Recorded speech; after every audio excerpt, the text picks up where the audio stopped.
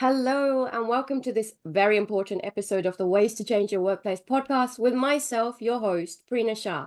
And I'm very excited again to bring back to you my friend Aadil Abbas from Sydney, who is a financial planner and co-owner of Own Financial Planning in Sydney. Adil's details are going to be in the show notes, and you guys are loving the conversation with Aadil. So, Aadil, welcome back. I want to talk to you about a very important life event shortly. How are you, Aadil, first off? I am wonderful, Prina. Always great to be here. And thank you for the opportunity, as always, to have this Okay. conversation with you and your audience. And I think we are getting, as you said, a lot of questions from our previous conversations. So keep it coming. Adil, one of the questions I've had, and I repeatedly have this, but especially for you, is this one I want to bring to you about, is planning a family.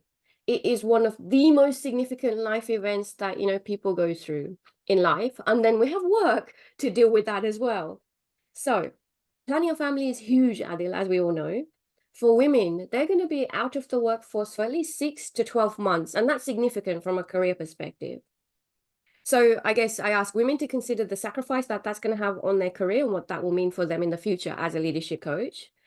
The other thing I also ask my clients to consider is their finances, which is why I want to talk to you today, their knowledge, and then their return to work as well. Are you going to return full time? Are you going to return part time? All of that kind of stuff.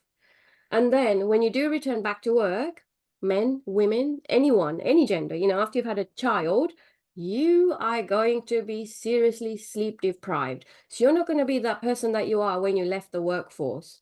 And you're going to have other priorities as well. So be prepared to have the conversation about your new needs within the workplace. And that work-life mental separation has to be even more after you've, had a child, because you've got so much more on your mind. And you have to reset your and your colleagues' expectations. So these are the kind of things that I talk to my clients about from that planning a family perspective, Adil.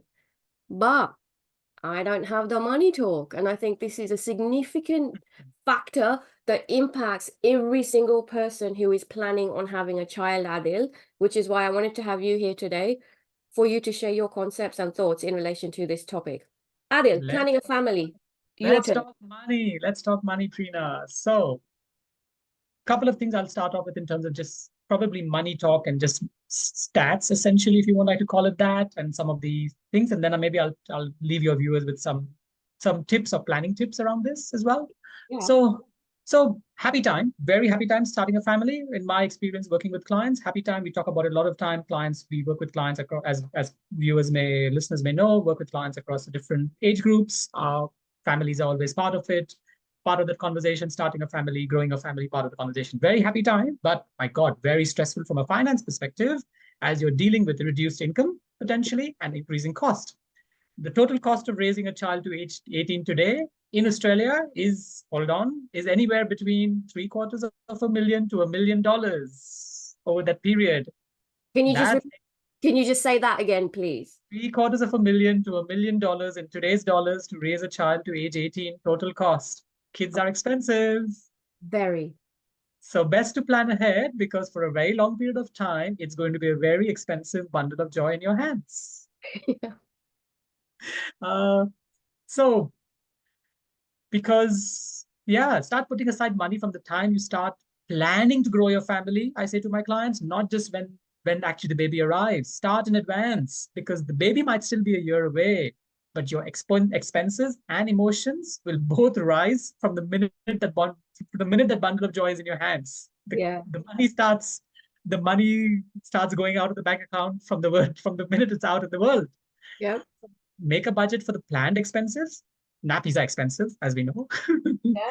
with a buffer for the unplanned emotional purchases. Uh-huh. A lot of people just talk about yeah, we know we're going to spend money on a pram and nappies and this and that, but as parents, we make unplanned emotional purchases. So be honest with yourself around, keep a buffer at least. You may not know what you will spend on, but make a buffer. If you're planning to, no, the other thing being stress test your lifestyle costs. I go back to one of my very basic concepts, which we've spoken about previously, the spending plan. Make a Yeah. spending plan on a single income this time and determine the trade-offs you're willing to make for your family. Yeah. Uh, get help from the wider family if you're lucky to have them live near you and to keep the childcare cost under control because childcare is expensive. So Have conversations with your with parents or family around you who can support. Uh, if you're planning to get into the housing market, potentially, which happens a lot for clients, is like when we talk about their goals, a lot of people do want to think about, because when they're going to have a family, they start to think about their housing needs. Yes. These conversations actually go in parallel, and family and housing ends up being a parallel conversation. But if you're planning to get into the housing market, do it prior, because reduced income will impact your borrowing and your repayment, I would say, capacity. So do the planning is required in that sense as well to meet that life goal. And finally, this is going to be general advice, and I want your listeners to be very clear that I'm not giving any personal financial advice here, but I would definitely encourage them to talk to a qualified financial advisor about investment structures such as investment bonds or education bonds to save for the big ticket items such as private school fees for the kids. And Yeah. these investment structures have significant tax benefits versus investing or saving the money in your own name for your kids. Okay. Adil, again, you have shared so much. I'm going to try and summarize. Okay. Okay. Let me try and summarize. Okay. Adil, wow. Okay. So budget, plan for your expenses that you have. Yes. Yeah. However, the really important point, plan for your unplanned emotional purchases, because my gosh, there are many. I am sure after your bundle of joy arrives, you're going to be surprised with so much more. That is a point that I hadn't even considered. um this is a really interesting one. So you're talking about that budget or the spending plan.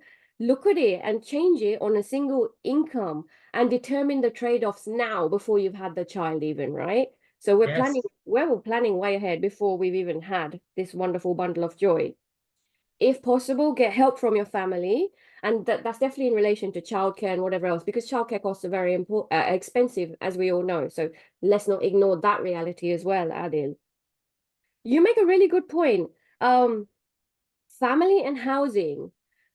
Buy a house or get your finances ready before having a child. And that's in relation to the reduced income that you're going to have once you have a child. So your borrowing capacity is lesser. And therefore, that's going to impact you entering that ladder of the property ladder. absolutely.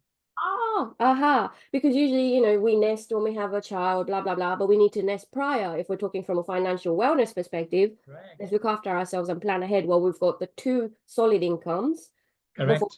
change. And now, investment structures. Plan now rather than when your child is at university age or at private school age and you think, shit, okay, now I've got to get up, 30,000 this year. How are we going to do it? If you plan at the beginning, it's going to make your life so much easier. So you can have, as Adil always says, the lifestyle that you want to create. And this is financial wellness is all about the lifestyle that you want to live, right, Adil? Absolutely. Absolutely. Financial planning is all about designing the dream life, using money as an enabler to design your dream life.